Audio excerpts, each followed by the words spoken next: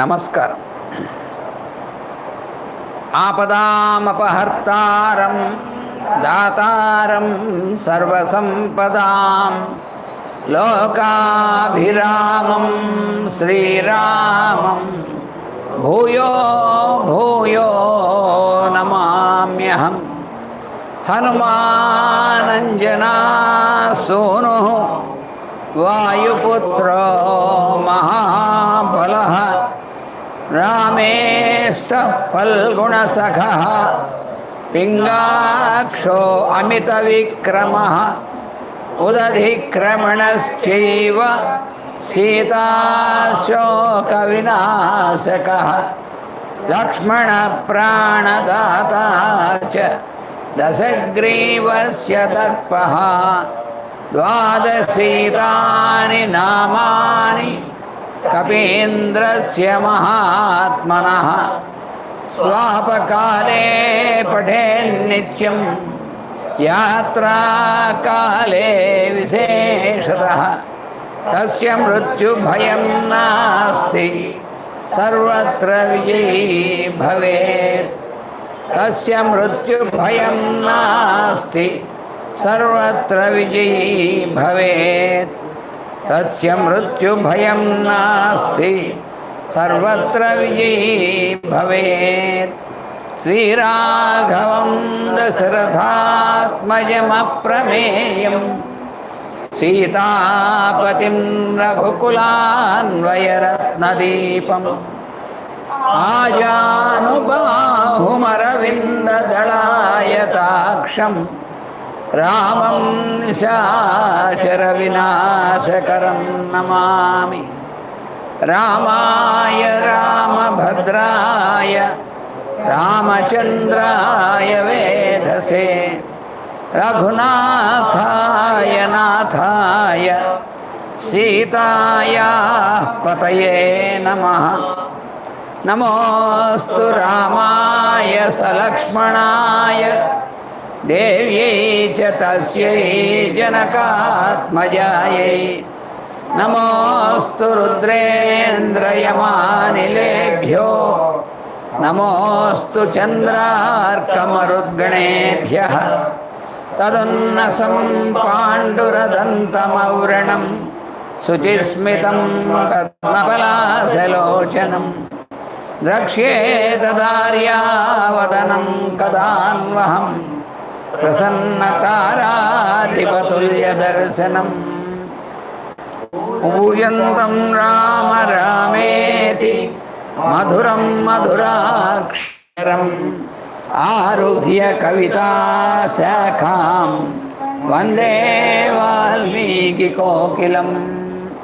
సర్వవేదార్థతత్వజ్ఞం వేదార్థప్రతిపాదకం పురాణసారసర్వజ్ఞం కృష్ణం వందే జగద్గురుం. ఓం అస్మద్గురుభ్యో నమః.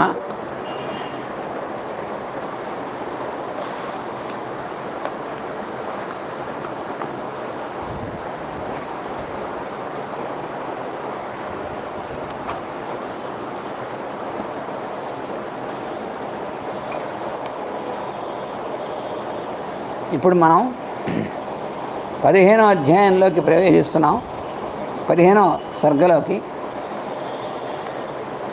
ఇందులో ఏమిటంటే హనుమంతుడు ఇంకా ఇంకా అమ్మవారు సీతా అమ్మవారు కనిపించేటువంటి చోటుకి చాలా దగ్గరగా చేరుతున్నారన్నమాట. అంటే ఇక సీతా అమ్మవారు ఈయనకి వచ్చి దగ్గరలోకి వచ్చి కనిపించేటువంటి విధంగా వస్తుంది. స వీక్షమాణస్తత్రస్థో మార్గమాణశ్చ మైథిలీం అవేక్షమాణశ్చ మహీం సర్వాం తాం అన్వవైక్ష్యత. ఆ అశోక వృక్షం మీద ఎక్కి కూర్చున్నాడు. కూర్చొని తప్పకుండా సీతామ్మవారి ఇక్కడికి వస్తుంది అని చెప్పి ఆయనకి ఎలా తెలుసు ఆయనకి అంటే ఆయన నిరంతరం సీతామ్మవారి యొక్క ధ్యానంలోనే ఉన్నాడు కదా ఆయన. అందువలన ఆయనకి ఆమె యొక్క ఉనికి అనేటువంటిది ఆయనకు అమ్మవారే ప్రసాదిస్తుంది. అందుకని తత్రస్థ అక్కడే ఉండి వీక్షమాణ చూస్తూ ఉన్నటువంటి వాడై అనివైపులా కూడా మార్గమాణశ్చ వెతుకుతున్నాడు. ఎవరిని? మైథిలి, మిథిలేశుడైనటువంటి జనక మహారాజు కూతురైనటువంటిది మైథిలి అంటే అర్థం కూడా మనం చెప్పుకున్నాం చాలాసార్లు. ఆవిడని మార్గమాణ వెతుకుతున్నటువంటి వాడు. అవేక్షమాణశ్చ మహీం సర్వాం అక్కడ కూర్చుని అవేక్షమాణ అంటే తన దృష్టి, వీక్షణం అంటే దృష్టి, అవేక్షమాణ అంటే దృష్టి అక్కడే పెడుతూ కూర్చున్నాడు. దేని యందు? మహీం ఆ భూమి యందు, సర్వాం ఆ భూమి అంతా కూడా, తాం అన్వవేక్ష్యత. ఇక్కడ మహి అనేటువంటి పదం ఉందే, మహి అని అంటే భూమి అని అర్థం. తర్వాత మహీం అనేటువంటిది భూమి అంటే మన కేవలం మన ఈ ఎర్త్ అనేటువంటిది అర్థమే కాదు, భూతత్వం అనేటువంటిది దానికి అనమాట మహి అనేటువంటిది. ఈ మహి అనేటువంటి భూతత్వం మన శరీరంలో ఎక్కడ ఉంటుంది? మూలాధారంలో ఉంటుంది. అంటే మనలో ఉన్నటువంటి భూతత్వం అనేటువంటి దానికి సంబంధించినటువంటిది కేంద్రం అంతా కూడా మూలాధారంలో ఉంటుంది. అందుకని శంకరాచార్య వారు మహిం మూలాధారే కమపి మణిపూరే హుతవహం స్వాధిష్టానే అని వరుసను చెప్పుకుంటూ వచ్చారని. ఆ మహి అనేటువంటిది ఇక్కడ అమ్మవారు, సీతమ్మవారు ఎక్కడుంది అంటే లంకలో ఉంది. మనం మొదల నుంచి చెప్పుకుంటూ వస్తున్నాం కదా. ఆవిడ మూలాధారంలో ఉన్నటువంటి శక్తిలాగా ఉంది. అందుకని ఇక్కడ మహి అనేటువంటి పదం ఎందుకు వాడంటే అందుకు వాడాడనమాట ఆయన. ఆవిడ అక్కడ మూలాధారంలో ఉన్నటువంటి శక్తిగా ఉన్నటువంటిది కాబట్టి మహీం సర్వాం తాం అన్వవేక్షత. ఆవిడ సర్వాం మహీం అన్నాడు ఎందుకు? భూమిని అంతటినీ అనేటువంటిది అంటే అర్థం ఏంటంటే సృష్టి మొత్తంలో భూతత్వం అనేటువంటి దానికి స్వరూపిణైనటువంటిదిగా ఉంది ఇక్కడ. అంతేగాని మన ఇన్ని సౌర కుటుంబాల్లో మన సౌర కుటుంబం ఒకటి, మన సౌర కుటుంబాల్లో ఈ భూమి ఒకటి, అలా ప్రతి సౌర కుటుంబాల్లో భూమి ఉంటుంది. ఈ భూమి అనేటువంటిది భూగోళమే మాత్రమే కాదు, భూతత్వం అసలు. భూసత్తాయాం భూ అనేటువంటిది ఆ లోకం అనమాట. భూలోకం అంటే ఇది అర్థం. అందువలన ఈవిడ మహి రూపంలో ఉంది ఇక్కడ. అందుకని అలా ఉన్నటువంటి ఆవిడ కోసం అవేక్షమాణ చూస్తూ ఉన్నాడు. సంతానకలతాభిశ్చ పాదపైరుపశోభితం దివ్యగంధరసోపేతాం సర్వతః సమలంకృతాం. అక్కడ సంతానకలతాభిశ్చ అక్కడ ఉన్నటువంటి లతలు ఉన్నాయి, ఆ చెట్లకు చుట్టుకున్నటువంటి తీగలు ఉన్నాయి. అవి ఆ తీగలు, తర్వాత పాదపహ అంటే చెట్లు, వాటి చేత ఆ భూమి అంతా కూడా ఉపశోభితం, చాలా శోభాయమానంగా ఉంది ఆ ప్రదేశం అంతా కూడా. దివ్యగంధరసోపేతాం, అలాగే గంధం అంటే వాసన, రసం అంటే మనకి టేస్ట్ అన్నమాట. అది అలాగే గంధము రసము అనేటువంటివన్నీ కూడా దివ్యమైనటువంటి విధంగా ఉన్నటువంటిది. సర్వతః సమలంకృతాం ఏమిటండి? భూమి గురించి ఇక్కడ చెప్తూ గంధం అనేటువంటిది అన్నాడు, బాగానే ఉంది. పంచభూతాల్లో ఉన్నటువంటిది ఈ భూమి అనేటువంటిది, భూ అనేటువంటి పంచభూతాల్లో ఉన్నటువంటిది స్థూలమైనటువంటిది అన్నమాట ప్రకృతి. దీని లక్షణం ఏమిటంటే గంధవతి పృథివీ అంటారు. మనకి శబ్దస్పర్శ రూపరసగంధాలు అనేటువంటి 5 తన్మాత్రలు అయినటువంటివి ఏవైతే ఉన్నాయో, 5 తన్మాత్రలు అంటే 5 శక్తులు అన్నమాట మనలో పనిచేసేటువంటివి. అవే శబ్దస్పర్శ రూపరసగంధాలు అనేటువంటివి. ఈ 5 తన్మాత్రలు అనేటువంటివి ఈ పంచభూతాలు అనేటువంటి వాటితో ఉన్నటువంటి కనెక్షన్ కలిగినటువంటివి, అంటే కరస్పాండెన్స్ అన్నమాట. అందులో భూమి గంధవతి, ఆకాశం శబ్దగుణకం ఆకాశం అంటారు. ఆకాశం యొక్క ప్రధానమైనటువంటి గుణం ఏమిటంటే శబ్దం అనేటువంటిది, శబ్దగుణకం ఆకాశం. అందుకని ఆకాశానికి సంబంధించిన శబ్దగుణం. మరి వాయువు సంబంధించినటువంటిదేమో స్పర్శగుణం. తర్వాత అగ్నికి సంబంధించినటువంటిది తేజోగుణం. అందుకని మనలో ఉన్నటువంటి స్పర్శ అనేటువంటి దానికి సంబంధించిన తన్మాత్రకి అది వాయువుతో సంబంధించినటువంటిది. మనలో ఉన్నటువంటిది తేజస్సు అనేటువంటి దానికి సంబంధించినటువంటిది, అంటే మన దృష్టి అనేటువంటిది అంతా కూడా తేజస్సు సంబంధించినటువంటిది కదా, అది ఆ తన్మాత్రకు సంబంధించినటువంటిది తేజస్సు అనేటువంటిది. అలాగే మరి ఆపస్ అనేటువంటిది అంటే జలం, అది మనకి నాలుకకి రుచి అయినటువంటిది ఏదైతే ఉందో దానికి సంబంధించినటువంటిది. అలాగే పృథివీ అనేటువంటిది గంధవతి పృథివీ, అంటే మనకి వాసన తెలియడం అనేటువంటిది ఏదైతే ఉందో అది నాసిక ద్వారా అది. అందుకని ఇక్కడ మహి సర్వాం మహీం అంటే అదే అర్థం.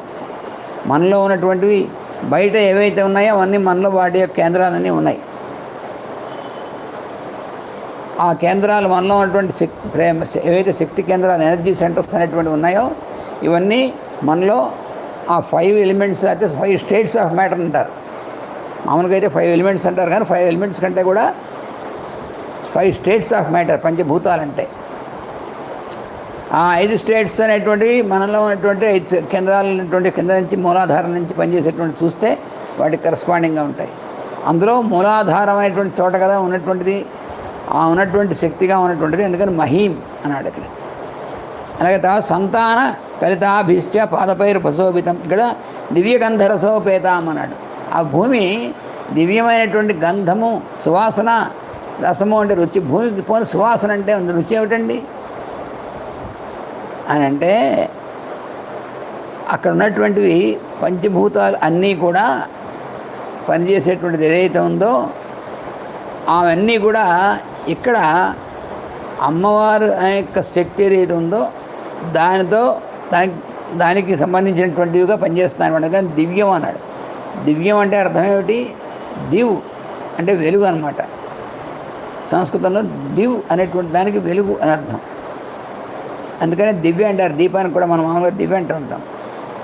దివ్యం అనేటువంటి, అందుకని దేవహ అనే పదం, దేవత, దేవి, ఈ పదాలన్నీ కూడా ఈ దివ్ అనేటువంటి దాని నుంచి వచ్చినటువంటివి.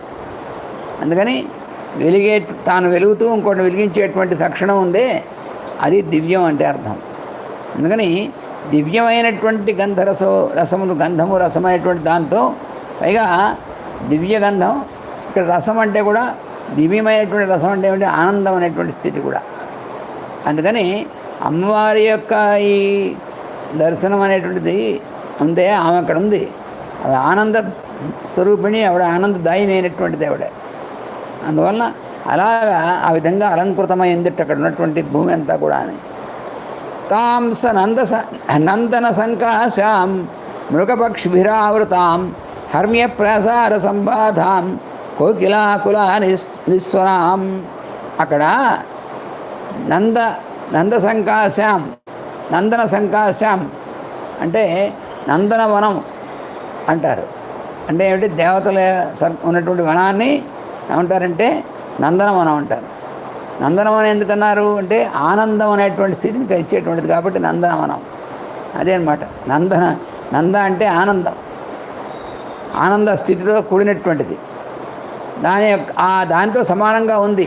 అంటే ఇక్కడ తమాషా ఏమిటంటే రావణుడి చేత పాలింపబడుతున్నటువంటి లంక అంతా కూడా రాక్షసులు ఉన్నారు అక్కడ.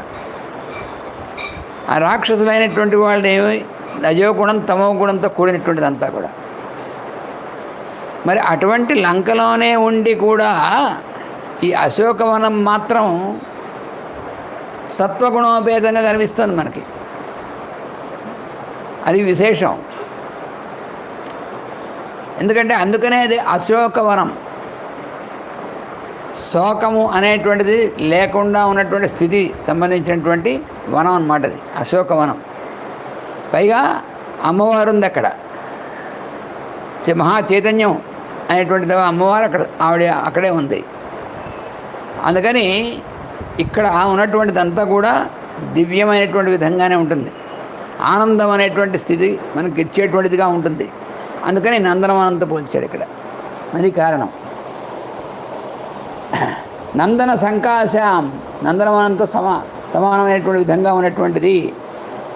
మృగపక్షిభిరావృతాం, ఏమిటండి మృగాలు పక్షులు పెద్ద మాటిమాటికి చెప్తారు ఇక్కడ ప్రతి చోట. అంతకుముందు ఏ అడవిలో వచ్చినా సరే మృగాలు పక్షులు అంటూ ఉంటాడని, ఇంకేమి ఇంక వేరే వరం చేత కాదా అని అనుకోకూడదు. ఇక్కడ మళ్ళీ మృగపక్షి ఇక్కడ ఆనందం అనేటువంటి చెప్పి మళ్ళీ మృగపక్షి ఆవృతం ఎందుకు చెప్పాడంటే, ఇక్కడ మృగములు పక్షుల రూపంలో ఉన్నటువంటి వాళ్ళు తపస్విజలు ఉన్నారు, అది కారణం. అందుకు చెప్పాడు అక్కడ. మామూలుగా ఉన్నటువంటి జంతువులు పక్షులు కాదు ఇక్కడ ఉన్నటువంటిది.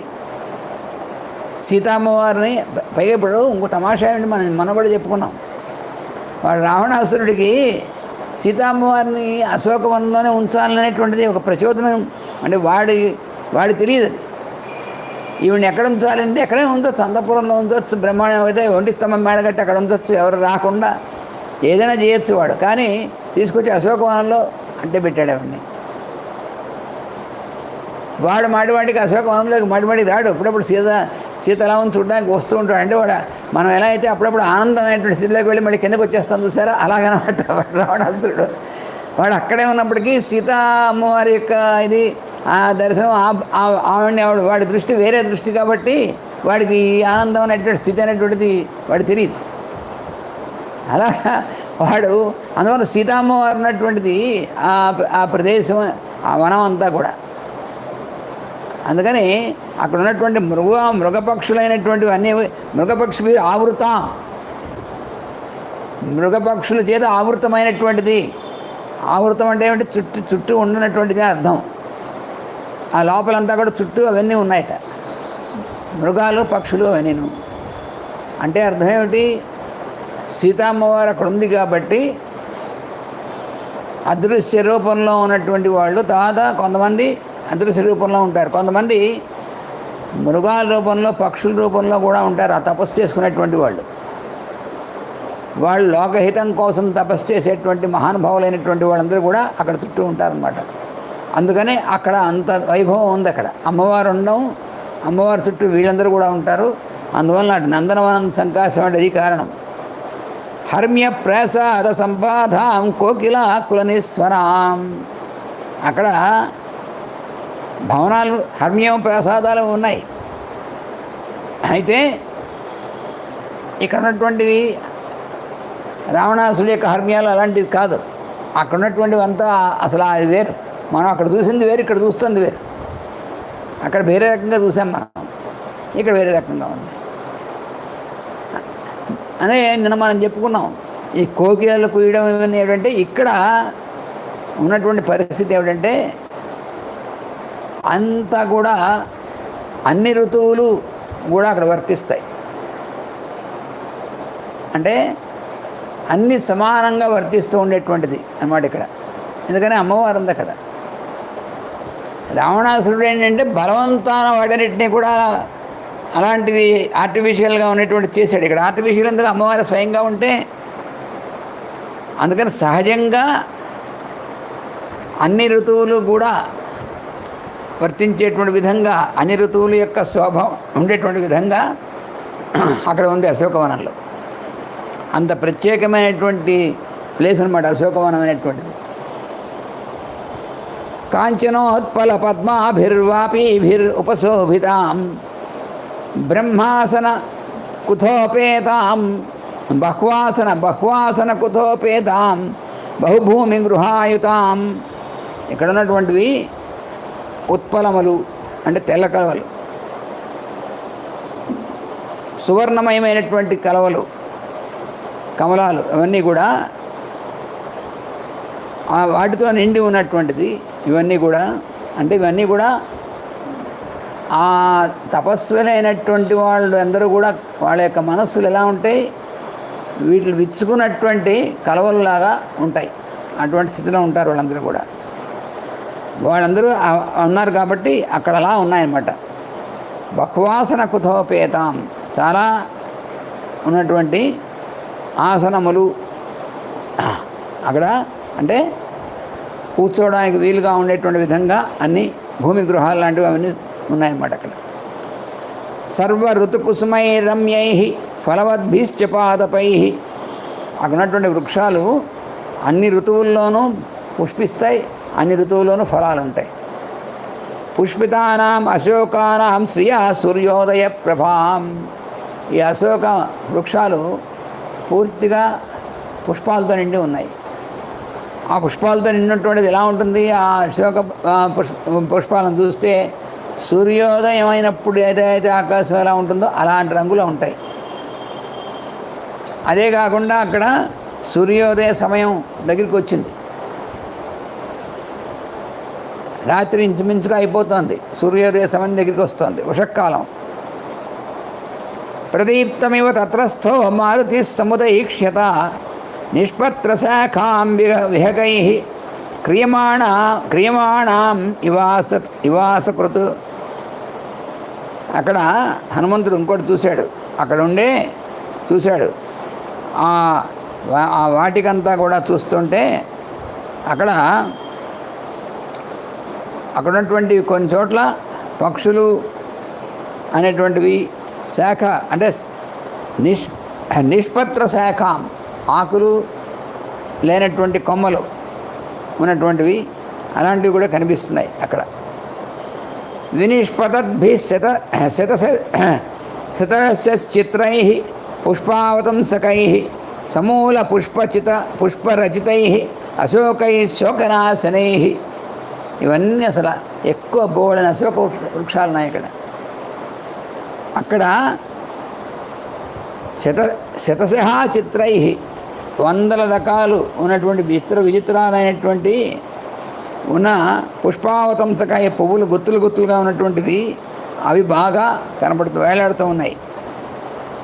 సమూల పుష్పరచితై అశోకై, అవి ఆ పుష్పములు అనేటువంటివి బాగా ఎక్కువ ఉండి దాంతో కిందకి వంగి ఉన్నటువంటి విధంగా ఉన్నాయన్నమాట. అశోకై శోకనాశనై, శోకం అనేటువంటిది లేకుండా చేసేటువంటి అశోక వృక్షాల యొక్క ఈ కొమ్మలు ఆ పువ్వులతో బాగా నిండి కిందకి ఉన్నాయి. పుష్పభారాదిభారైశ్చ స్పృశద్భిరివ మేదినీం, ఆ పుష్పము యొక్క భారముల చేత అవి వంగి భూమికి తగులుతున్నట్టుగా ఉన్నాయట. అంటే తమాషా ఏమిటి, అక్కడ ఆ దివ్యమైనటువంటి ఆనందం అనేటువంటి స్థితి ఏదైతే ఉందో ఆ స్థితి బాగా వికసితమైనటువంటి వీళ్ళందరూ తపస్సు జనందరూ వాళ్ళ యొక్క దీంతో ఉంటే ఆ ఆనంద స్థితి ఎక్కడ భూమికి దగ్గరికి వచ్చినట్టుగా ఉందంటే కింద దాకా పైనుంచి కిందక ఆనందమయమైన స్థితి కలుగుతుంది అన్నమాట అక్కడ ఉన్నటువంటి వాళ్ళకి. అందుకనే అశోకం అనేటువంటిది. అంటే మనకి ఎలా ఉంటుందంటే మన ప్రజ్ఞ అనేటువంటిది మూలాధారం నుంచి పైకి ఇంకా పైకి అనేటువంటిది వెళ్ళినప్పుడు ఒక్కొక్కటే వికాసం చెందుతూ ఉంటుంది. హయ్యెస్ట్ దీనికి వెళ్ళినప్పుడు ఏమవుతుందంటే హయ్యెస్ట్ పాయింట్ ఆఫ్ ఇల్యూమినేషన్ అంటారు. అక్కడికి వెళ్ళేప్పటికీ అక్కడ ఉన్నటువంటి ఆ ఎక్స్పీరియన్స్ ఉంది దివ్యమైనటువంటిది, ఆ వెలుగుతో కిందవన్నీ కూడా వెలిగింపబడతాయి ఒకసారే. ఇది యోగ స్థితిలో అత్యున్నతమైనటువంటి స్థితి అన్నమాట అది. దీనికి మాస్టర్ గారు ఒక ఉదాహరణ కూడా ఇచ్చారు. ఎలాగంటే మనలో ఉన్నటువంటి షట్చక్రాలు ఉన్నాయి, ఆ పైన ఉన్నటువంటిది సహస్రార పద్మం అంటారు. ఈ ప్రజ్ఞ అనేటువంటిది ఒకదాంట్లో విచ్చుకుంటూ వెళుతున్నటువంటి ఎలా అంటే కింద ఉన్నటువంటి వాడు అక్కడ స్విచ్ చేస్తే ఆ లైట్ వెలుగుతుంది గ్రౌండ్ ఫ్లోర్లో, అది అక్కడ మాత్రమే కనిపిస్తుంది. నెక్స్ట్ ఫ్లోర్లోకి వెళ్ళినప్పుడు లైట్ వేస్తే ఆ ఫ్లోర్ కింద ఫ్లోర్ రెండు కనిపిస్తుంది ఆ ఫ్లైట్ ఆ దీపంతో.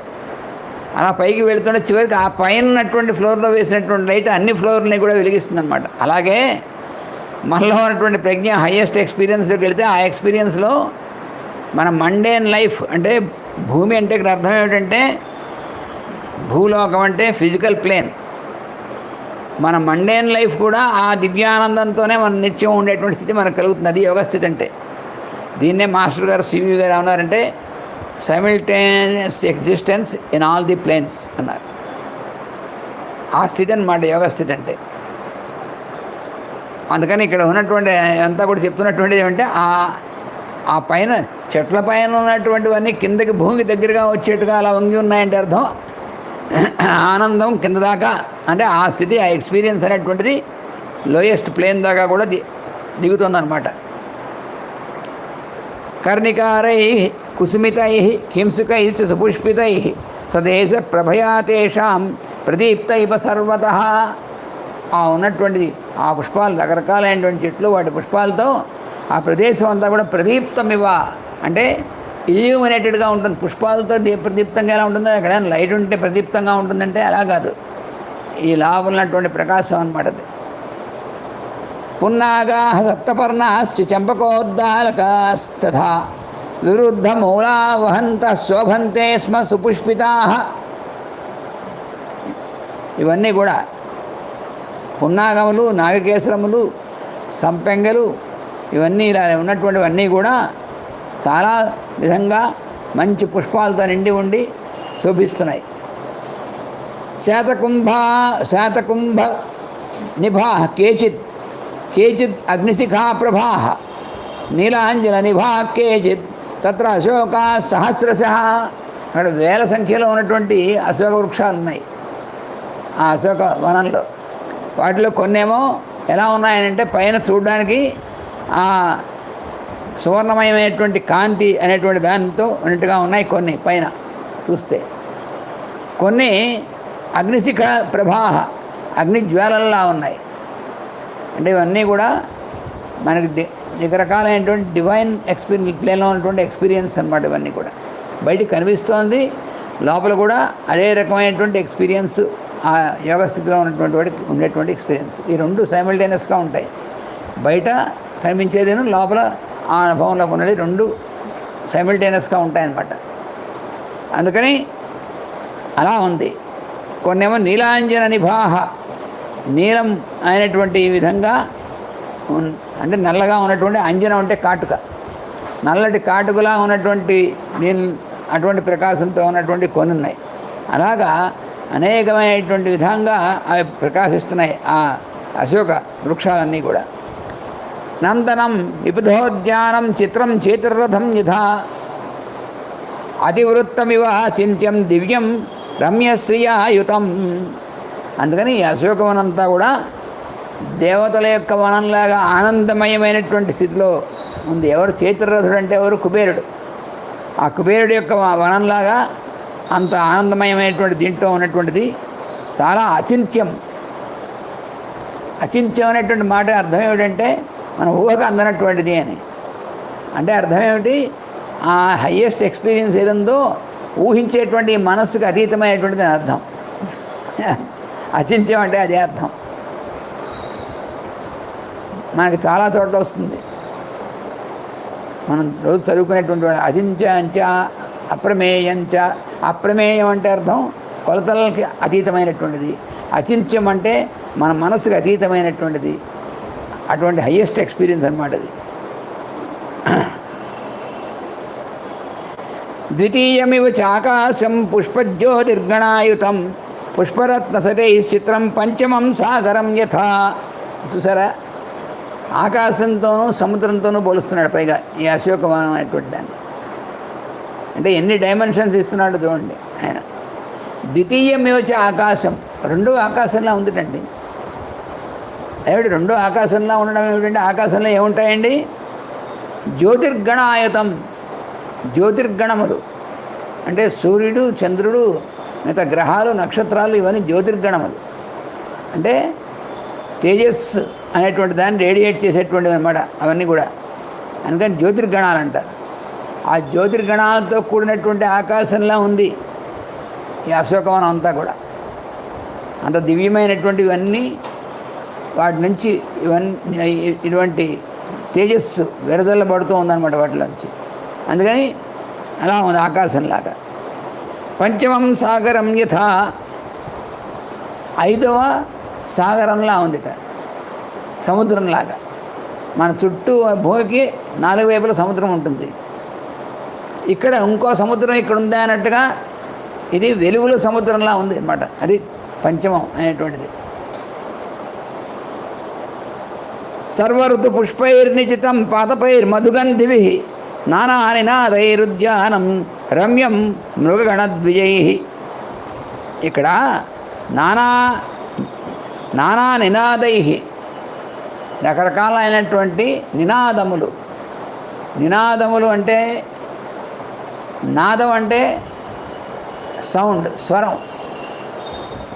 నినాదము అంటే ఏమిటి? మనం కంఠస్వరంతో నిశ్వాసంతో బయటకు వచ్చేటువంటి కంఠస్వరంతో వచ్చేటువంటి అన్నమాట, ఉచ్చరింపబడేటువంటి నినాదం. ఇక్కడ నానా నినాదై, ఇక్కడ అలా నినాదం చేసేటువంటిది ఎవరు? రమ్యంగా, పైగా రమ్యం, పిచ్చరుపులు కాదు, అది పిచ్చి పిచ్చిగా సౌండ్స్ కావు. రమ్యం, చాలా అద్భుతమైనటువంటి మనకి మంచి స్థితిని కలిగించేటువంటిది నాదం అన్నమాట. అది రమ్యం. అది ఎవరి నుంచి వస్తుంది? మృగ ద్విజగణై, ద్విజములు అని మా పాట. ద్విజం అంటే పక్షులని అర్థం మామూలుగా, కానీ ద్విజం అంటే జ్ఞానం అనేటువంటి జన్మను పొందినటువంటి వాళ్ళు, మహానుభావులైనటువంటి వాళ్ళు. అందుకని మళ్ళీ గుర్తు చేస్తారనమాట. ఇక ఉన్నటువంటి వాడు పక్షులు అనేటువంటి బాగానే ఉంది, పక్షులు ఉంటాయి ఎలాగోనో ఈ పక్షుల రూపంలో అటువంటి ద్విజులైనటువంటి వాడు ఉన్నారన్నమాట అక్కడ. అందుకని ద్విజగణై మృగగణై. ఇక్కడ మృగములు అంటే వెతికేటువంటి వాళ్ళు. ఎవరిని వెతుకుతారు? వాళ్ళు పరమాత్మని వెతుకుతారు. అదే వాళ్ళు చేసేటువంటి ధ్యానం, తపస్సు అంతా కూడా. చూసారా ఇందులో? అనేక గంధ ప్రవహం పుణ్యగంధం మనోహరం శైలేంద్రమివ గంధాఢ్యం ద్వితీయం గంధమాదనం. ఎలా వేస్తూ వెళ్తున్నాడు చూడండి మనకి. ఇంకా ఎలా ఉందంటే గంధమాదన పర్వతం అనేటువంటిది ఉంది హిమాలయ పర్వతాల్లో. గంధమాదన పర్వతం కుబేరుడి యొక్క కుబేర పర్వతం దగ్గర ఉండబట్ట గంధమాదన పర్వతం. గంధమాదనం అంటే ఏమిటంటే మామూలుగా అర్థం సువాసనతో మత్తెక్కించేటువంటిది అర్థం. గంధమాదనం. ఆ పర్వతానికి ఆ పేరు ఎందుకు వచ్చింది అంటే నిజంగానే అక్కడ డివైన్ ఇదంతా కూడా ఉంటుంది అక్కడ గంధమాదన పర్వతం. ఆ గంధమాదన పర్వతం మీదే హనుమంతుడు అక్కడే ఉంటాడు అనేటువంటి అక్కడే ఉండి ఆయన తపస్సు చేస్తూ ఉంటాడు. నిరంతరం రామనామం జపం చేస్తూ అక్కడే ఉంటాడు. చిరంజీవి కదా ఆయన. అందుకని ఆ గంధమాదన పర్వతం మీద, ఆ గంధమాదన పర్వతం మీదే భీముడికి దర్శనం ఇచ్చాడు హనుమంతుడు. తర్వాత సౌగంధికం అనేటువంటి పుష్పాలు ఉంటాయి అక్కడ గంధమాదనం మీద. ఆ పుష్పాల కోసం భీముడు వెళ్తే దర్శనం ఇచ్చాడు హనుమంతుడు అక్కడ. అది కుబేరుడికి సంబంధించినటువంటిది ఆ స్థావరం అన్నమాట. అంతా కూడా కుబేరుడిది గంధమాదనం. ఇక్కడ ఏమంటున్నాడు?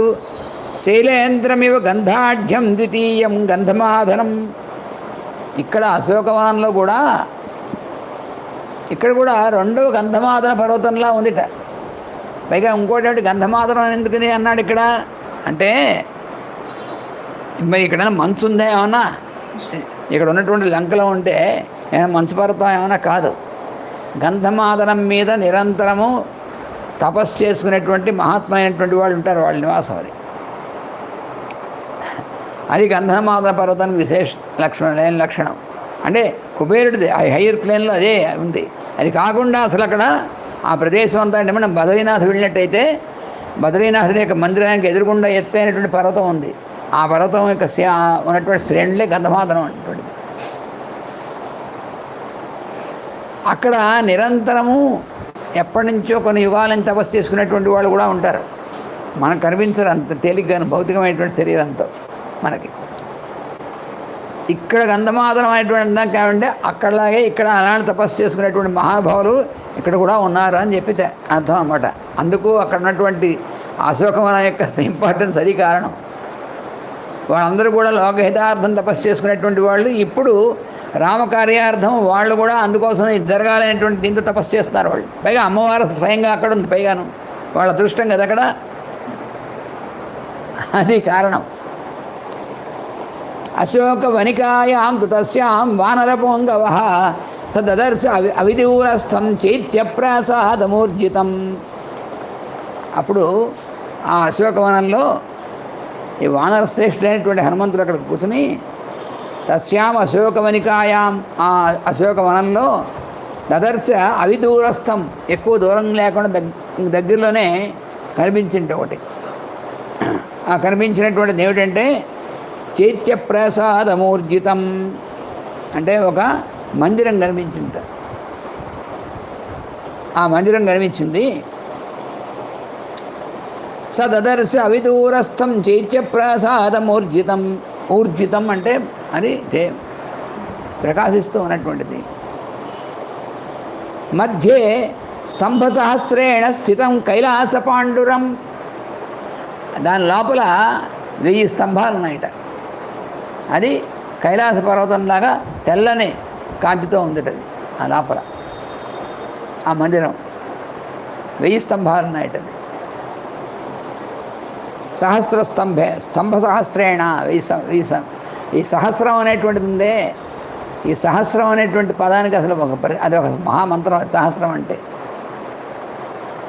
అది చాలా వేదంలో ఉన్నటువంటి చాలా ముఖ్యమైనటువంటి పదాలలో సహస్ర అనేటువంటిది ఒక మహామంత్రం. మనకి మాస్టర్ గారు పురుష సూక్త వ్యాఖ్యానంలో దీని గురించి మొత్తం వివరణ అంతా ఇచ్చారు, ఈకే గారు. సహస్ర అనేటువంటిది ఒక మంత్రం అన్నమాట. సహస్ర శీర్ష పురుష అని కదా మన పురుష సూక్తం ప్రారంభమయ్యేటువంటిది.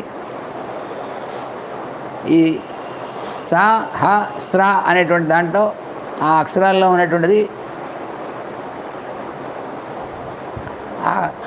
హ స్ర, ఇవన్నీ కూడా అమ్మవారి యొక్క దీంట్లో ఉన్నటువంటి అక్షరాలు కూడా ఇవన్నీ అమ్మవారి యొక్క పంచదశి అనేటువంటి మంత్రంలో ఉన్నటువంటి అక్షరాలు కూడా ఇందులో అంటే అవే యూనివర్సల్గా ఉన్నటువంటివి అందులో ఉంటాయి. సహస్రం, అందుకని ఇందులో సహస్ర స్తంభాలు ఉన్నాయట. స్తంభ సహస్రేణ స్థితం, అందువల్ల కైలాస పాండురం. ఆ కైలాసం అంతా హయ్యెస్ట్ అన్నమాట. కైలాసం అంటే శివుడు అక్కడ కూర్చుని తపస్సు చేస్తూ ఉంటాడు ఆయన. కైలాసం. ప్రవాళ కృత సోపానం తప్త కాంచన వేదికం. అందులో సోపానం అంటే మెట్లు ప్రవాళములు అనేటువంటి మణులతో చేయబడుతున్నాయి. తప్త కాంచన వేదికం, ఆ వేదికం అనేటువంటిది బాగా మేలిమి బంగారం అనేటువంటి దాంతో, అంటే ఇక్కడ కాంచనం అనేటువంటిది కూడా బంగారం అంటే మనం బంగారం అంతా అక్కడ ఉందని మన ఈ బంగారాన్ని ఊహించుకోవడం కాదు. కాంచనం అనేటువంటి దేని గురించి, హిరణ్యం అనేటువంటిది, కాంచనం అనేటువంటిది అది ఆ అమ్మవారి యొక్క తేజస్సు అన్నమాట. అది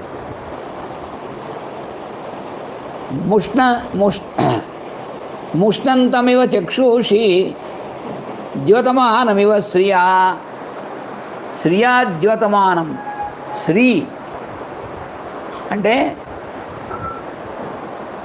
సమస్తానికి సృష్టి మొత్తానికి మూలమైనటువంటి సంపత్కరమైనటువంటి శక్తి శ్రీ అనేటువంటిది. దాని చేత ద్యోతమానం అంటే ప్రకాశింపజేయబడుతున్నటువంటిది అంతా కూడా అలా ఉన్నటువంటిది. ముష్ణంతం చక్షుషి అంటే చూసేటువంటి మన దృష్టికి చాలా చల్లదనాన్ని ఇస్తుందన్నమాట. చల్లదనాన్ని ఇస్తుందంటే ఏమిటి, చాలా ప్లెజెంట్గా అనేటువంటిది మనం చూడడానికి. నిర్మలం ప్రాంశుభావత్వాద్ ఉల్లిఖింతం ఇవ అంబరం. నిర్మలం ప్యూరెస్ట్ ఉన్నటువంటిది. ఆ లోపల ఉన్నటువంటిది అంతా కూడా అంత ప్యూరిటీ అనేటువంటిది అక్కడ ఉన్నటువంటిది అంతా కూడా. మరి అమ్మవారు అంతేగా ప్యూరిటీ కదా ఆవిడ. ప్రాంశుభావాత్ ఉల్లిఖంతం ఇవ అంబరం. ప్రాంశుభావాత్ ప్రాంశు అంటే ఎత్తైనటువంటి అర్థం. ఆ ఎత్తైనటువంటి దాంతో అంబరం ఉల్లిఖన్నివా అంటే ఆకాశాన్ని రాసుకుంటున్నట్టుగా అని అర్థం. ఎత్తే ఇక్కడ ఉన్నటువంటి మందిరం ఏమిటి, ఆకాశాన్ని రాసుకోవడం ఏమిటండి, ఏమైనా మతుందా అనిపిస్తుంది. అలా కాదు. ఇక్కడ ఏమిటి, ప్రాంశు అంటే ఎత్తైనటువంటి భావ అన్నాడు. అది వేసాడు. అందుకనే అంటే ఏంటంటే మనకు దాని యందు ఉన్నటువంటి మన ధ్యానంలో హయ్యెస్ట్ ఎక్స్పీరియన్స్ అని అర్థం. ప్రాంశు అంటే ఎంత హయ్యెస్ట్ అంటే ఆకాశం అంతా, ఆకాశం రాసుకుంటున్నంత. అందుకని ప్రాంశు భావాత్ ఉల్లిఖంతం. అదే ఆ దృష్టి వల్ల, ఆ దృష్టి దాని యందు ఉన్నప్పుడు ఆ భావం అనేటువంటిది ఎంత మనకి హయ్యెస్ట్ ఎక్స్పీరియన్స్ ఇస్తుందంటే ఆకాశం వెళ్ళట్టుగాను అంత ఎలివేషన్ ఇస్తుందన్నమాట. అలాంటిది అంటే ఇక్కడ బయటికి ఒక రంగా ఉంటుంది, లోపలంతా కూడా అది వేరు, అంతర్లోకానికి సంబంధించినటువంటిది. అది ఇక్కడ హనుమంతుడు కూడా చూస్తుంది. అందుకని ఆయనలో కలిగేటువంటిది ఎక్స్పీరియన్స్తో మనకు కూడా ఆ ధ్యానం చేస్తే మనకు కూడా ఇస్తాడనమాట. ఆయన మన హనుమంతుని తలుచుకుంటుంటే అలా అశోకవనంలో అలా ఉన్నటువంటి హనుమంతుడు ఎలా ఉన్నాడో, ఆయన ఏం చూస్తున్నాడు అనేటువంటిది అందుకు ఇచ్చాడు. అందుకని ఆ దర్శనం మనకు కూడా ఇస్తాడు వాల్మీకి మహర్షి. మామూలు విషయం కాదు అది అసలు. అందుకనే సుందరకాండ పారాయణం ఎందుకు చేస్తున్నారంటే, సుందరకాండ ఎందుకు దొరుకుమన్నారు అంటే మన కోరికలన్నీ సిద్ధించాలని కాదు, మనలో ఈ ఎలివేషన్ అనేటువంటిది అది వస్తే మనం ఎటువంటి దుఃఖం కానీ, ఎటువంటి కానీ, ఎటువంటి భయాలు కానీ, ఎటువంటి రోగ భయం కానీ, ఏ భయాలు అసలు ఉండవు. ఎందుకని అది కారణం. అంత మహత్తరమైనటువంటి సుందరకాండ. అందుకనే పెద్దవాళ్ళు ఎందుకు చెప్పారు సుందరకాండ అని అంటే, అసలు రామాయణమే అటువంటిది. అందులో సుందరకాండ అంటే ఆయన హనుమంతుడు ఆయన యొక్క ఎక్స్పీరియన్స్ అంతా కూడా అమ్మవారిని ఎలా దర్శించడం అనేటువంటిది ఆ శక్తి యొక్క ఇది అది మనకు కూడా అది కలిగేటువంటి విధంగా ఇచ్చాడు ఆయన వాల్మీకి మహర్షి. తతో మలిన సంవీతాం రాక్షసీభిస్తమావృతాం. తత అప్పుడు ఆవిడ ఎలా ఉంటుందంటే ఆవిడ వర్ణిస్తున్నాడు ఎలా కనబడుతుంది అమ్మవారు అంటే, మలిన సంవీతాం అక్కడ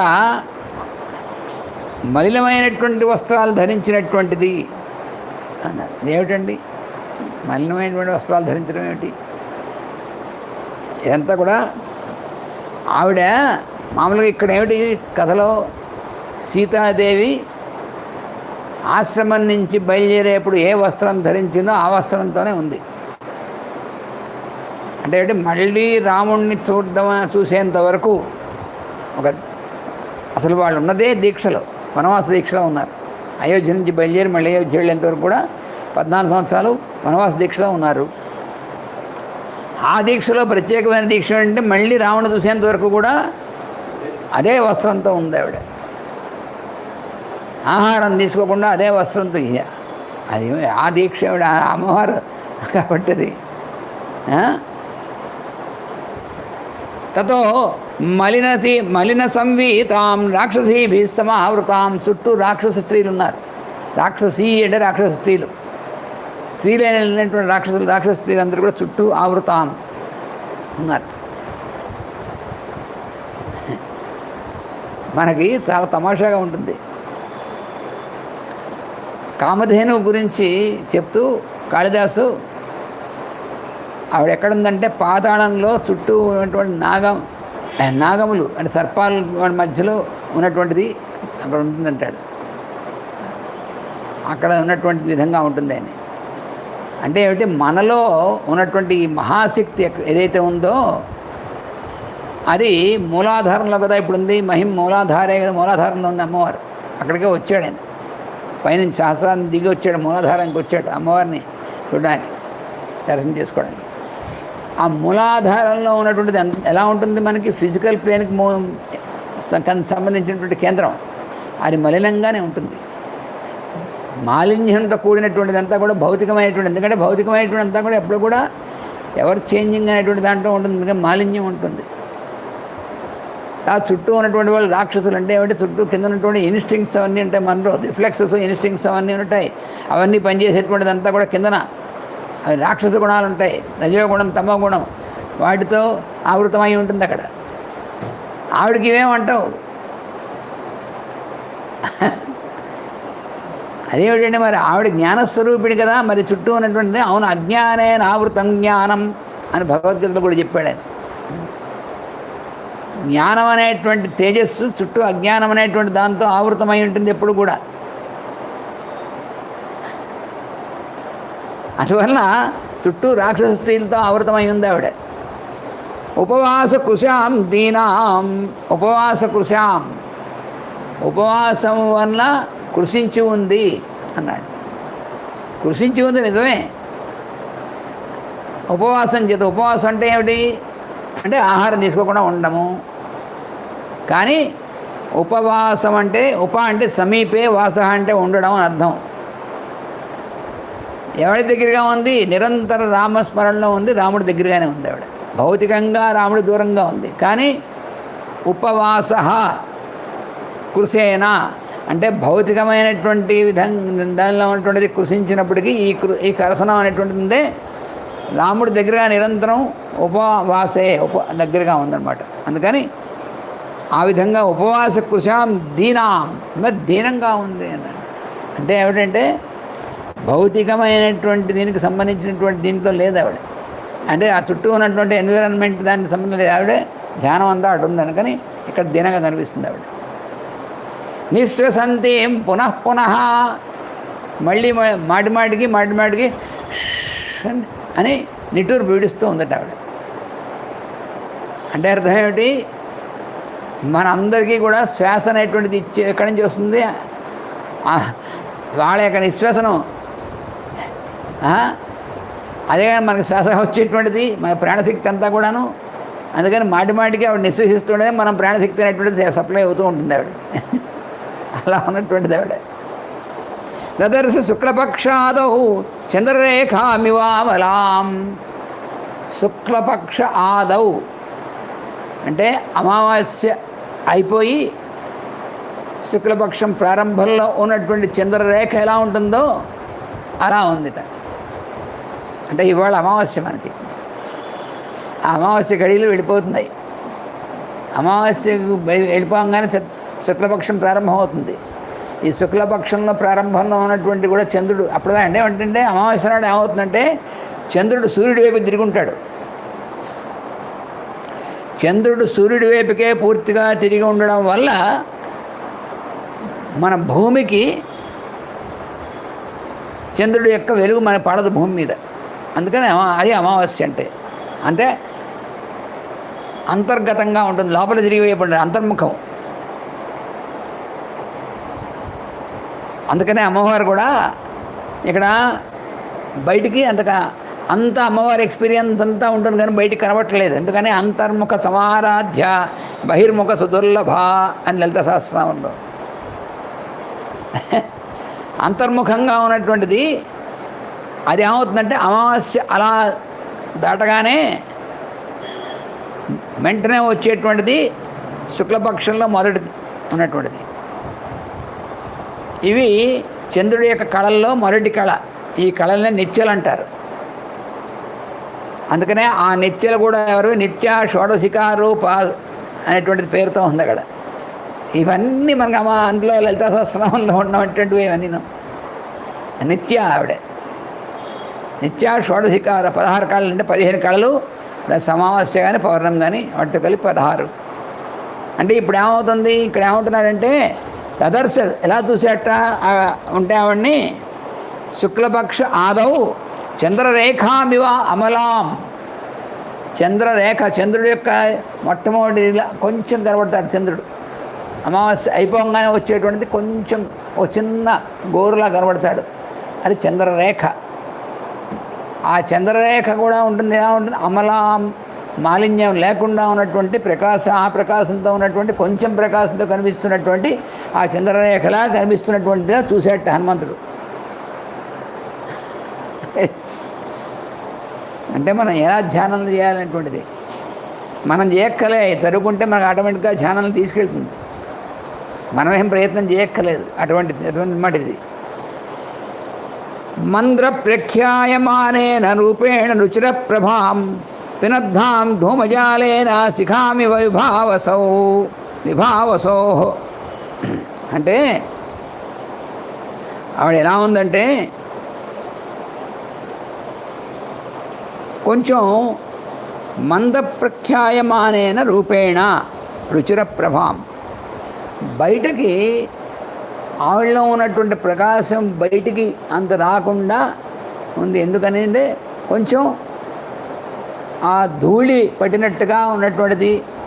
అలాగా రూపేణ ఆవిడ రూపం అలా ఉంది కొంచెం. కానీ రుచిర ప్రభాం, రుచిర అంటే లోపల ఉన్నటువంటి అత్యంతమైనటువంటి ప్రకాశంతో ఉన్నటువంటిది. అంటే లోపల ఉన్నటువంటి ప్రకాశంలో ఏమీ ఉండదు, బయటికి మాత్రం కొంచెం రూపం అలాగా మందకొడిగా ఉన్నట్టుగా ఉంటుంది. అలా అందువల్ల ఏమన్నాడు, అందువల్లనే పినద్ధాం ధూమజాలేన శిఖామివ భావసౌ. అంటే అగ్ని యొక్క జ్వాల ఉందే, అగ్ని యొక్క శిఖ అంటే జ్వాల, అది ధూమజాలేన అంటే దాని నుంచి వచ్చేటువంటి పొగతో పినద్ధ కప్పబడినట్టుగా ఉందట.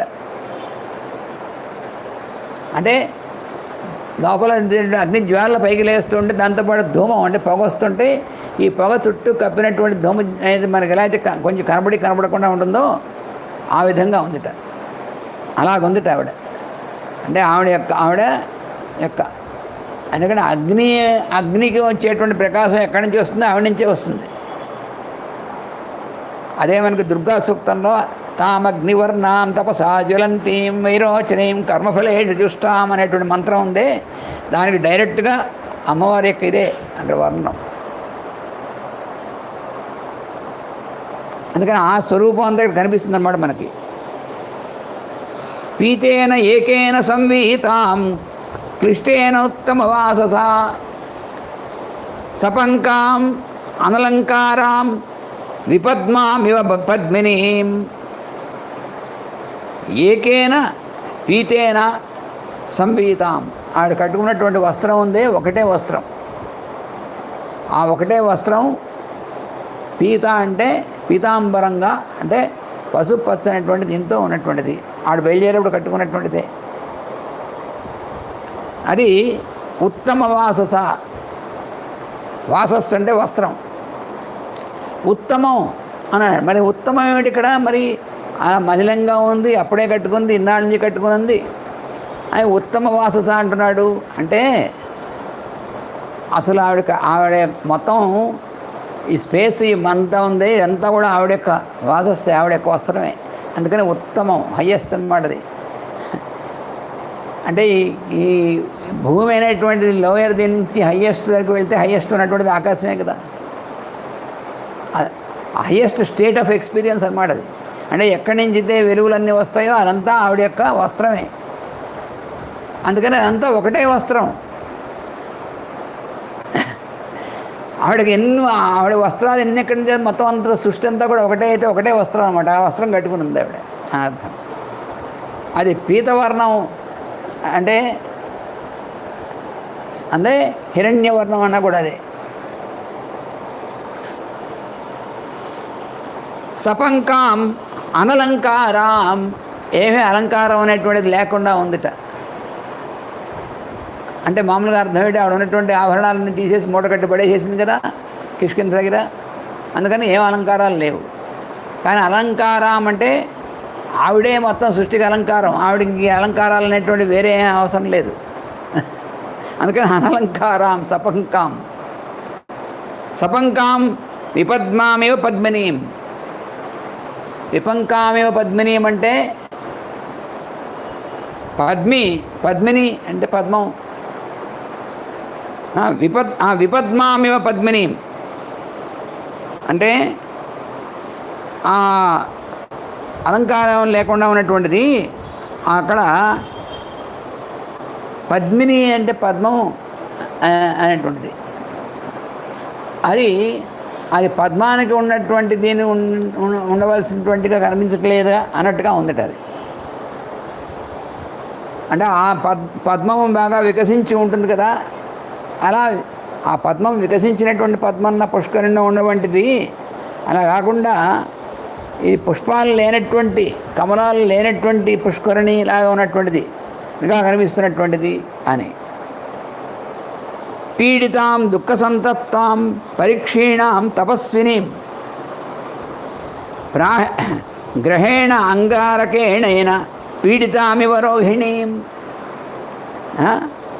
దుఃఖ సంతప్తాం, దుఃఖము అనేటువంటి దీని చేత సంతప్తాం తప్పింపబడినటువంటిది, పరిక్షీణాం అంటే క్షీణించినటువంటి శరీరం కలిగినటువంటిది, తపస్విని తపస్సు అనేటువంటి దీని చేత, తప అంటే తపస్సు అనేటువంటి దానికి కూడా అర్థం ఏమిటంటే తప ఆలోచనే, అంటే ఆ లోపల దాకా దృష్టి కలిగి ఉండడం అనేటువంటిది. ఈ తపస్సు అనేటువంటి దానికి ఇంగ్లీష్లో సరైనటువంటి వర్డ్ కాయిన్ చేసినటువంటి ఆయన మాస్టర్ జ్వాల్కోల్ గారు. ఫైరీ యాస్పిరేషన్ అన్నారు ఆయన తపస్సు అంటే. పీడితాం అంటే పీడింపబడినటువంటి విధంగా ఉంది. అంటే ఏమిటి, ఎందుకు పీడింపబడడం అంటే ఏమిటి, ఒక అంటే బాగా విశాలంగా ఉన్నటువంటి దాన్ని తక్కువ దీంట్లోకి వస్తే ఎక్కువ పీడనం అనేటువంటిది ఉంది కదా. పీడితం అంటే అర్థం ఏంటంటే అసలు మొత్తం అంతా కూడా అన్లిమిటెడ్గా ఉన్నటువంటిది ఆవిడ. అలాంటిది ఒక దీంట్లో తీసుకొచ్చేలా పెట్టినట్టుగా అలా ఉందన్నమాట ఆవిడ. అందుకని పీడితాం దుఃఖ సంతప్తాం పరీక్షీణాం తపస్విని అలా చూస్తున్నాడు ఆయన. దీనికి కనబడుతోంది ఆవిడ. ఇంకా ఎలా ఉందంటే గ్రహేణ అంగారకేణేవ పీడితామివ రోహిణీ. రోహిణీ నక్షత్రము అంగారక గ్రహం చేత పీడింపబడుతున్నటువంటి రోహిణీ నక్షత్రంలా ఉందిట. అంటే ఇది జ్యోతిష్ శాస్త్రంలో సంబంధించినటువంటిదంతా కూడా. రోహిణీ నక్షత్రం అనేటువంటిది ఎక్కడ ఉంటుంది, వృషభ రాశిలో ఉంటుంది. ఆ వృషభ రాశి అనేటువంటిది దానికి ఎవరికి స్వక్షేత్రం అంటే శుక్రుడు స్వక్షేత్రం, అంటే చంద్రుడికి ఉచ్చక్షేత్రమును అనేటువంటిది. ఆ రోహిణీ నక్షత్రమును అక్కడ అంగారక గ్రహం అక్కడ ఉన్నాడనుకోండి, అక్కడ వెళితే ఏమవుతుంది, అంగారకుడి యొక్క చేత పీడకి లోనవుతుంది. ఎందుకంటే వాడికి పూర్తిగా శత్రుక్షేత్రం అది అంగారకుడికి, మార్స్కి. అందుకని పీడేన అంగారకేణేవ పీడితామివ. ఇక్కడ మార్స్ అనేటువంటిది అంగారకుడు అనేటువంటి వాడు ఎవడు, రావణాసురుడు. రావణాసురుడు ఆవిడని ఎత్తుకుపోవడం, ఆయన తీసుకొచ్చి ఇక్కడ పెట్టడం అనేటువంటిది అదంతా కూడా అంగారకుడు యొక్క వ్యవహారం కదా. ఆవిడేమిటి అసలు చంద్రుడు లాంటిది అని చెప్తున్నారు కదా మొట్టమొదటి నుంచి కూడా. పూర్ణచంద్రుడు యొక్క సమానమైనటువంటిది ఆవిడ. అందుకని దాన్ని ఏం చేశాడు, వీడు ఎత్తుకురావడం వీడు చేయడం అటువంటిది వీడి యొక్క పీడ అనమాట. అందుకని అంగారక గ్రహం చేత పీడింపబడినటువంటి రోహిణిలా ఉందన్నాడు. అది అర్థం. మాస్టర్ గారు ఈకే గారు మనకి వాల్మీకి, వేదవ్యాసుడు, కాళిదాసు వాళ్ళు రాసినటువంటి దీంట్లో ఉన్నటువంటి జ్యోతిర్ వినోదం అనేటువంటి దాన్ని ప్రత్యేకంగా ఇచ్చారు.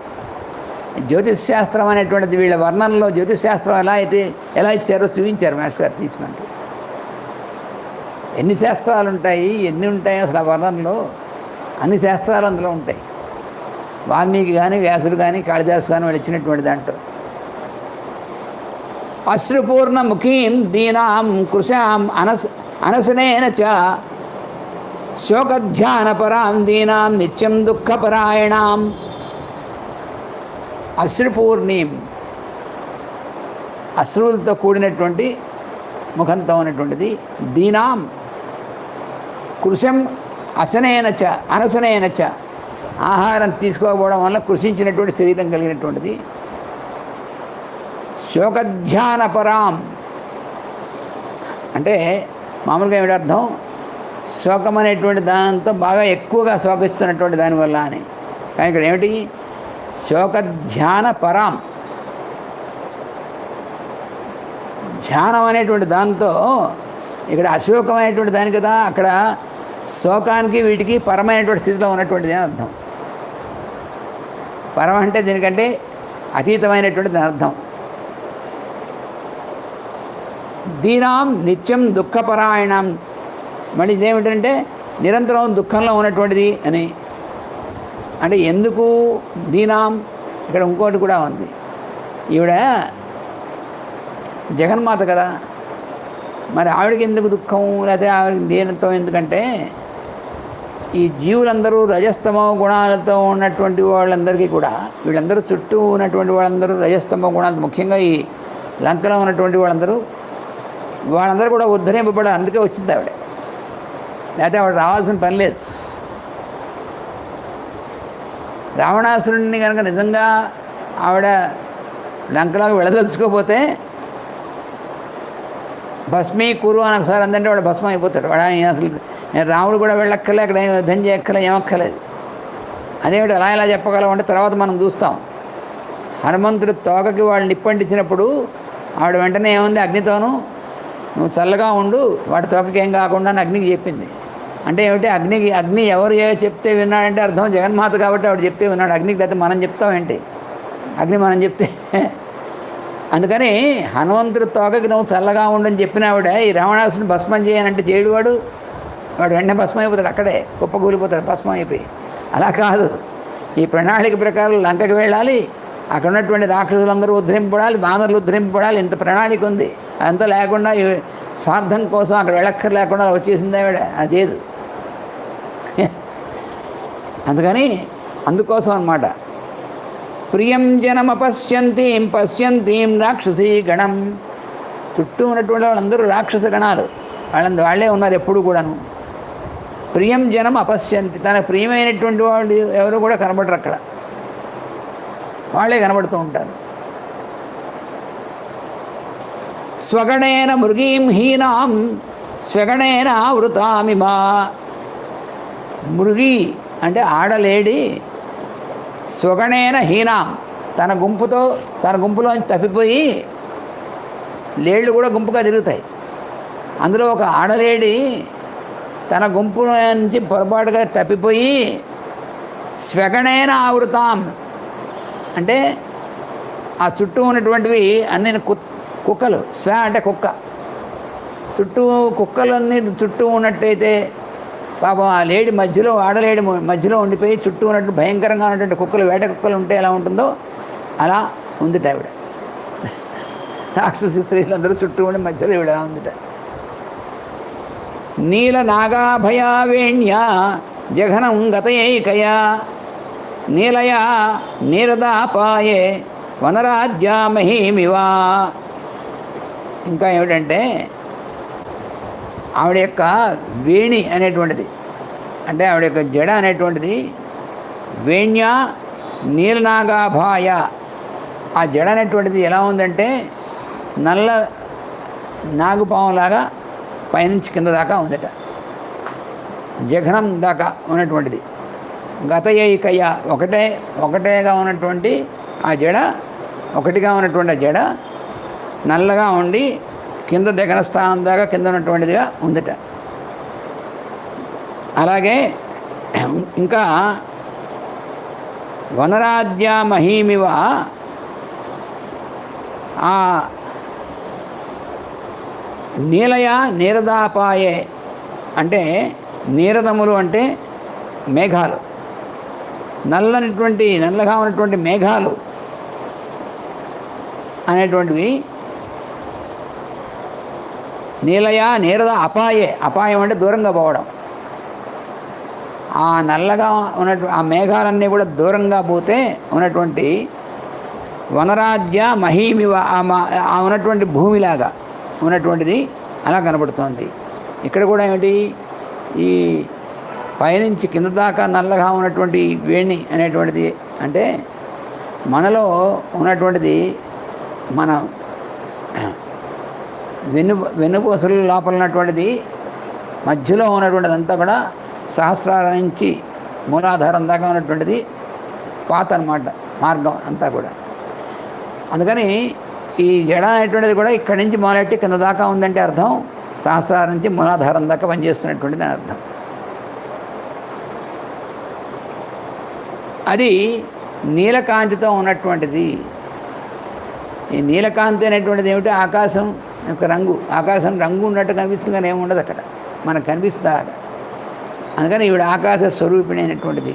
మనలో పనిచేసేటువంటిది కూడా, మనలో పైనుంచి కిందాక పనిచేసేటువంటి శక్తి ఎవరంటే అమ్మవారు. మనలో ఉన్నటువంటి 3 ప్రధానమైనటువంటి నాడు ఇలా పింగళ సుషుమ్న అనేటువంటిది, మధ్యలో సుషుమ్న అనేటువంటిదే ఆ ప్రధానమైనటువంటి ఆ పైనుంచి కింద దాకా ఉన్నటువంటిది ఆ శక్తి అనమాట. ఆ వనరాజ్య మహీమివ అంటే ఆ వనం అరణ్యంలో ఉన్నటువంటి దీంట్లో ఉన్నటువంటి భూమిలాగా, మహి అంటే భూమి, మళ్ళీ మహి అనేటువంటి పదాన్ని మర్చిపోకూడదు మనం. సుఖార్హ దుఃఖ సంతప్తాం వ్యసనానాం అకోవిదాం తాం విలోక్య విశాలాక్షీం అధికం మలినాం కృశాం తర్కయామాస సీతేది కారణైరుపపాదిభి. హనుమంతుడు చూసి ఈవిడే సీత అని చెప్పి తర్కయామాస అంటే తను ఉన్నటువంటి కనిపిస్తున్నటువంటి లక్షణాలు ఈ కారణాలను బట్టి ఆయన ఎస్ఎస్ చేసుకుంటున్నాడు అనమాట. ఈవిడే సీత తప్పకుండా అయి ఉంటుంది, సీతే ఈవిడే అని. సుఖార్హాం దుఃఖ సంతప్తాం, మామూలుగా ఆవిడ రాజకుమార్తె, అసలు పైగా మహారాజు యొక్క రామచంద్రుడి యొక్క భార్య, మహారాజ్ఞి, సుఖములు అనేటువంటి వాటిలోనే ఉండవలసినటువంటిది. సుఖార్హాం దుఃఖ సంతప్తాం, ఇక్కడ ఎలా ఉంది? దుఃఖ సంతప్తాం, దుఃఖం చేత ఇలాగా. వ్యసనానాం అకోవిదాం, ఎప్పుడు కూడా ఎటువంటి కష్టాలు పడనటువంటిది, కష్టాలు తెలియనటువంటిది కదా ఆవిడ పుట్టుకతో జనక మహారాజు కూతురు, దశరథ మహారాజు కోడలుగా వచ్చింది, రాముడి యొక్క భార్యగాను. ఎంత అన్ని ఐశ్వర్యాలతోనూ అన్ని భోగాలతోనూ అన్ని భోగాలతోనూ ఉండేటువంటిది, ఏ కష్టాలు అనేటువంటి తెలియనటువంటిది. అటువంటిది ఆవిడ దుఃఖ సంతప్తాం అనేటువంటి విధంగా ఉంది. అలాగే విశాలాక్షీం అధికం మలినాం కృశాం తాం విలోక్య. ఆవిడ కళ్ళు విశాలమైనటువంటి అక్షం అంటే కన్ను, అంటే ఆవిడ దృష్టి మొత్తం సృష్టి అంతా కూడా వ్యాపించి ఉంటుంది. అందుకని విశాలాక్షి అంటే అర్థం, అంతటా ఆవిడ యొక్క దృష్టి ఉంటుంది అంతా. అందుకని విశాలమైనటువంటి కళ్ళు కలిగినటువంటిది. కృశాం అంటే బాగా చిక్కిపోయినటువంటి సన్నగా ఉన్నటువంటిది అర్థం. అంటే ఎలా ఉంటుంది? మహాశక్తి కుండలని బిసతంతు తనీయసి అని మనకి లలితా సహస్రనామంలో. అటువంటి మహాశక్తి ఎలా ఉంటుందంటే పెద్దలా ఎలా కనబడుతుందా? చాలా సూక్ష్మంగా ఉంటుంది. ఎంత సూక్ష్మంగా ఉంటుందంటే బిసతంతు, బిస అంటే తామర కాడలో ఉండేటువంటి దారాలు, దానిలాగా బిసతంతు తనీయసి, అంత సన్నగా ఉంటుంది, అంటే అంత సూక్ష్మంగా ఉంటుంది. అది మహాశక్తి అన్నాడు. అలాగే ఈవిడ మహాశక్తి ఇక్కడ కుశానులా ఉందన్నమాట. కుశాం కుసించి ఉన్నటువంటి దానిలాగా ఉంది అర్థం. అందుకని అలా చూసేవాడిని ఈవిడ సీతేతి కారణైర్ ఉపపాదిభి, ఈ కనిపిస్తున్నటువంటి లక్షణాలు కారణాల వల్ల తర్కయామాస, ఈవిడే సీత ఖచ్చితంగా అని చెప్పి ఈయన మనసులో నిర్ధారణ చేసుకున్నట్ట. అంటే సీతాదేవిని ఎలా దర్శనం చేశాడంటే లోపల ఉన్నటువంటి దృష్టి చూశాడు అంతే, కనుక బయట కనిపించేటువంటి దృష్టితో చూడడం కాదు. ఎందుకంటే అంతర్ముఖ సమారాధ్య ఆవిడ, బహిర్ముఖ సుదుర్లభ. బయటికి కనబడేటువంటిది అంత ఎంత కనబడుతుందో తెలియదు ఆవిడ, అంతర్దృష్టితోనే చూడాల్సింది. అందుకని అంతర్దృష్టితో కారణాల వల్ల సీతను చూశాడు. ఇంకా ఆవిడ్ని ఎలా వర్ణిస్తారు అనేటువంటిది, ఇంకా ఆవిడ సీతాదేవి కనిపించినటువంటి వర్ణన ఉంది, అది మనం రేపు చెప్పుకుంటాం. స్వస్తి ప్రజాభ్యః పరిపాలయంతాం న్యాయేన మార్గేణ మహీం మహీషాః గోబ్రాహ్మణేభ్యः శుభమస్తు నిత్యం. లోకాః సమస్తాః సుఖినో భవంతు. లోకాః సమస్తాః సుఖినో భవంతు. లోకాః సమస్తాః సుఖినో భవంతు. ఓం శాంతి శాంతి శాంతి. వాసుదేవ వాసుదేవ వాసుదేవ వాసుదేవ.